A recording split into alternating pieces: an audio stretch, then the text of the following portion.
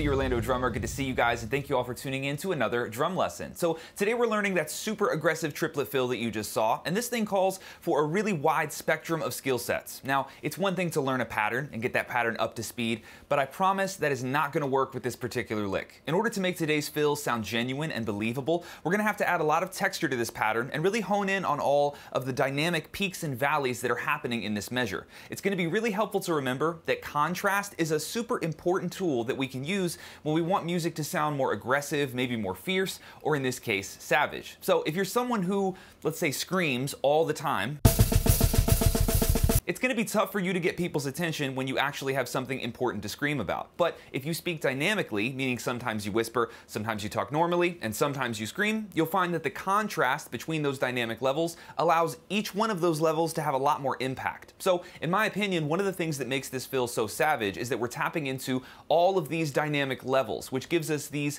unexpected jabs that stick out of the measure, as opposed to just throwing haymakers for the entire bar. We have a lot of stuff to cover today, so let's get into it. Now, because we're in 16th note triplets, we'll be counting to a total of 24 notes, and we're going to get to that total of 24 by adding together 9 plus 9 plus 6, and we're going to address each one of those groups individually in this lesson. So let's take a look at our first 9-note grouping, which can be broken into a smaller group of 3, played as right, left, left, and then a grouping of 6, played as kick, kick, right, left, kick, kick. For dynamics, we're just going to ghost that left-hand diddle. Everything else can be played full volume. Don't worry about moving this around or speeding it up just yet. Let's just hear what our first 9 notes sound like at 60 BPM.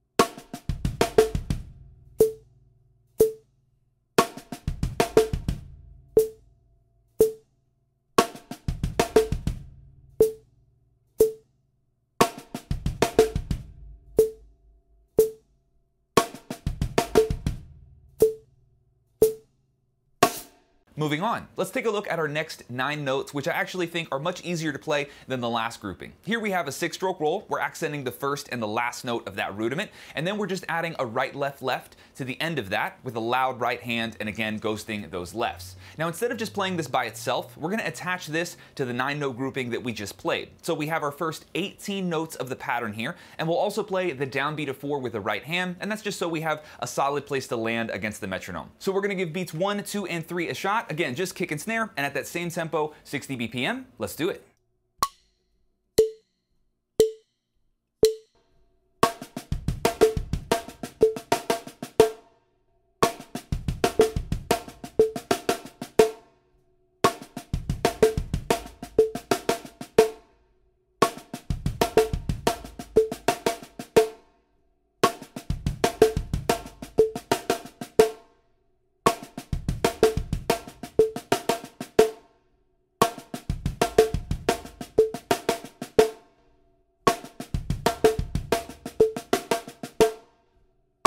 And now we're on to beat 4, which is very easy, just 6 single strokes, right, left, right, left, right, left. So now that all 24 notes of our pattern are accounted for, we can play this as a fill against the groove. But I'm guessing at this point that you're starting to get a little bored and you want to start moving around and trying some new ideas, but trust me, give it a little bit of time here. This measure is fairly complex, and you really want these patterns to sink deep into your muscle memory before doing all of that drummer ADD shit that we all do. Here's our full pattern against the groove at 60 and 90 BPM.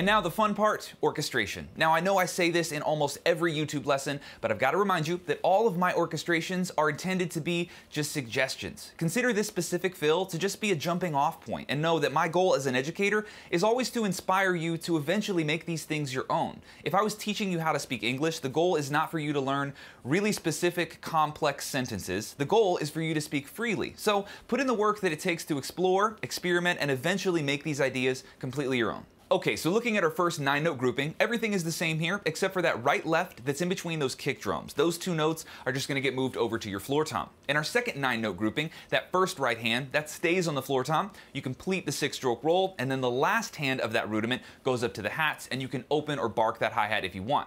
The following right hand comes down as a heavy snare accent, and then every other note within this grouping just stays ghosted on the snare. In beat 4, our first 4 single strokes here go up to the rack tom, that 5th single stroke comes down to the floor tom, and the last single stroke, which is a left hand, that goes up to your left side crash with a kick drum underneath it. But this alone does not make for a savage fill just yet. Like we talked about earlier, we have to create some dynamic textures here, and I have 3 specific things that I want you to keep in mind when you're applying this orchestration. So the first little moment to focus on is that left hand that falls on the downbeat of 2. I tend to dig that note pretty hard into the floor tom because it sets up this thicker, heavier vibe when it's played against those 2 kicks that follow it. The second place I would put a lot of focus is in beats 2 and 3. We need to keep all of those ghost notes very, very quiet because this helps that hi-hat bark and the snare accent have a much bigger dynamic impact. Seriously, the quieter you can get those notes, the better this will sound.